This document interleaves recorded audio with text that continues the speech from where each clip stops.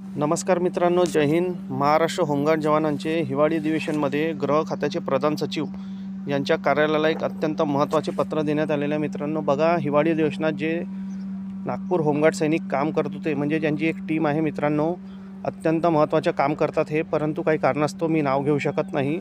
बघा, यांनी काय मागणी ठेवलेली आणि अत्यंत महत्त्वाचं पत्र आहे मित्रांनो, ज्यामध्ये विषय आहे बघा, होमगार्ड सैनिकांच्या प्रलंबित मागण्या मार्गी लावण्याबाबत विषय वाचतो मित्रांनो. होमगार्ड गणवेश सुसज्ज करणे, निळ्या गडद रंगाची बेरी कॅप, जुने आर्म बॅच, तसेच पॅरामिलिटरी फोर्स नावाचे आर्म बॅच, अर्धगोलाकार बॅच, स्टील बक्कल व चामडी कंबर बेल्ट करण्याचे.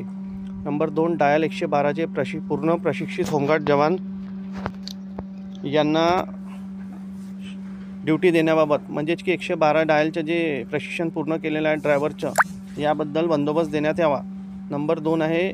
नंबर 3 आहे शासकीय प्रशासकीय शाळा कॉलेज विद्यापीठे येथे विद्यार्थ्यांना महिलेच्या सुरक्षेसाठी होमगार्ड जवानांना दैनंदिन बंदोबस्त नियुक्त करण्याचे आदेश, म्हणजे जे मध्यंतरी शाळा वगैरे यांना बंदोबस्त देण्यात येणार होते ते कंटिन्यू करण्यात यावे.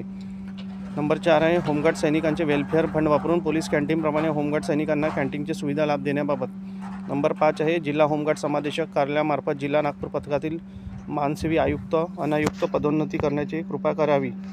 बघा मित्रांनो, अशा प्रकारचे हे पत्र आहे आणि अत्यंत योग्य मागणी आहे मित्रांनो. हे पत्र आहे गृह खात्याचे प्रधान सचिव यांच्या कार्यालयांना हे पत्र देण्यात आलं आहे आणि ते स्वतः तिथे होमगार्ड बंदोबस्तमध्ये होते. परंतु बघा, प्रत्येक ठिकाणाहून काम सुरू नसते, परंतु नागपूरमधून एकमेव असा जिल्हा आहे जो सर्वात जास्त या कामात अग्रेसर आहे आणि त्या धन्यवाद मानतो त्या जवानांचे, ज्यांनी स्वतः बंदोबस्तात राहून तिथे मागणी केली याबद्दल.